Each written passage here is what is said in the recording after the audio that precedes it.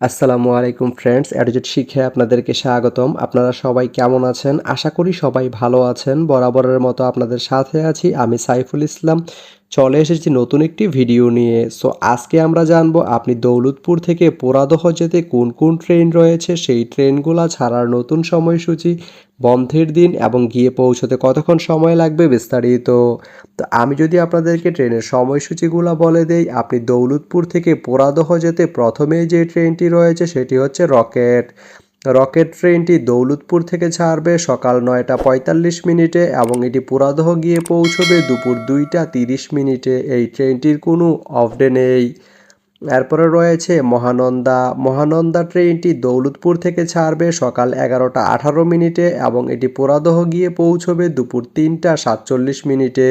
এই ট্রেনটির কোনো অফ ডে নেই। এরপরে রয়েছে সীমান্ত। সীমান্ত ট্রেনটি দৌলতপুর থেকে ছাড়বে রাত 9টা 29 মিনিটে এবং এটি পোড়াদহ গিয়ে পৌঁছবে রাত 12টা 34 মিনিটে। সোমবারের দিন এই ট্রেনটি বন্ধ থাকে।